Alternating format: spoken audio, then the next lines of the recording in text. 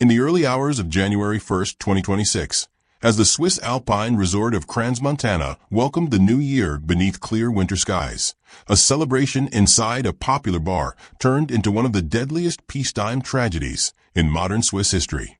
What began as a crowded New Year's Eve party at Le Constellation, a basement nightclub well known among locals and seasonal visitors, ended with 40 people dead and more than 100 injured.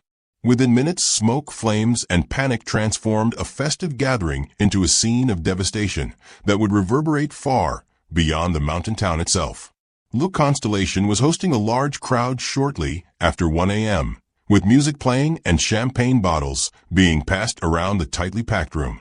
Many of those inside were young, including teenagers and people in their early 20s, drawn to the venue as a focal point of New Year's celebrations in the resort. At approximately 1:26 a.m., a fire ignited near the ceiling of the bar, rapidly spreading across flammable materials.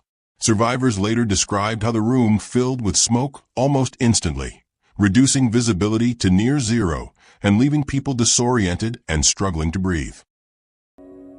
Je suis encore sous le choc, j'arrive pas à me rendre compte de ce qui s'est passé. J'ai l'impression qu'en fait c'est un cauchemar, que je vais me réveiller. Et cette nuit, j'ai pas dormi une seconde. J'arrivais pas, je fermais les yeux, j'avais tout qui me revenait dans la tête. Parce que j'ai vu des gens se faire réanimer, j'ai vu des gens complètement brûlés, j'ai vu des gens en train de mourir. Franchement, c'était assez compliqué et assez difficile, on va dire, à encaisser. Investigators believe the fire was triggered by sparklers attached to champagne bottles, a common celebratory practice that night. When these sparklers came into close contact with sound-absorbing foam panels installed on the ceiling, the material ignited. The foam, which had been purchased from a general hardware store and installed by one of the owners, was not designed for use in public venues and was highly combustible. Fire experts later explained that this combination created the conditions for a flashover, a phenomenon in which a fire spreads so quickly and intensely that nearly everything combustible in a room ignites at once.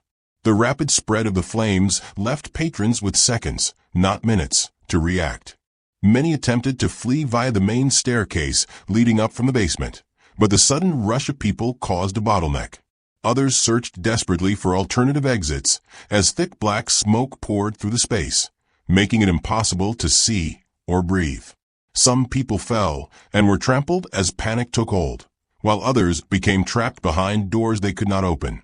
Firefighters arriving on the scene were confronted with extreme heat and dense smoke, complicating rescue efforts despite their rapid response. By the time the fire was extinguished, 40 people had lost their lives.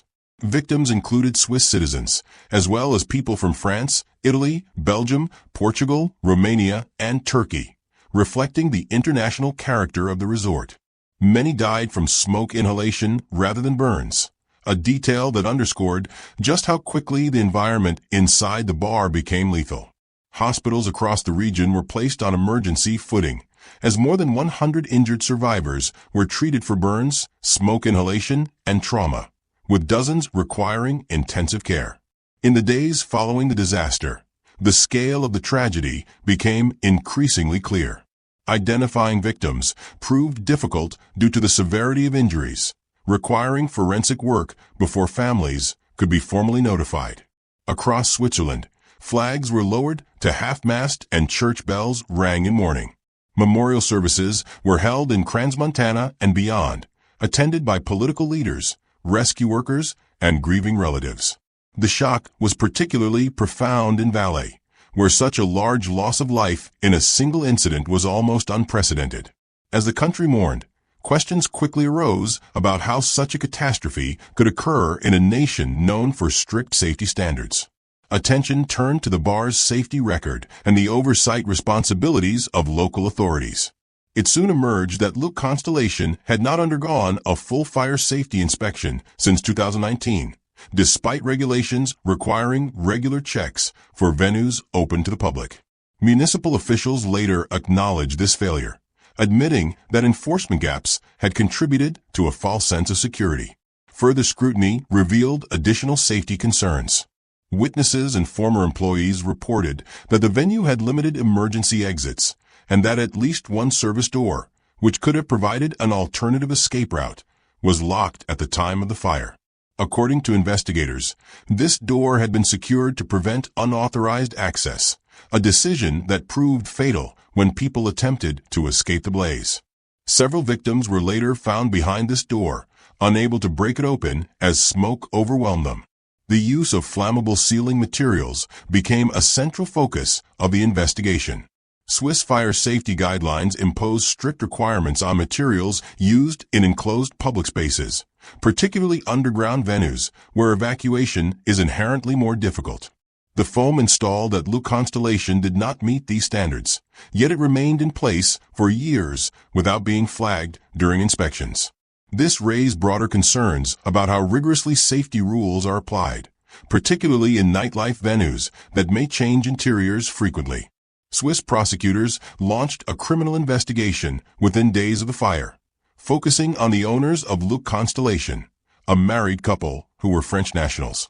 Authorities arrested the male co-owner, citing concerns that he might flee the country, while his wife was questioned and later released under conditions.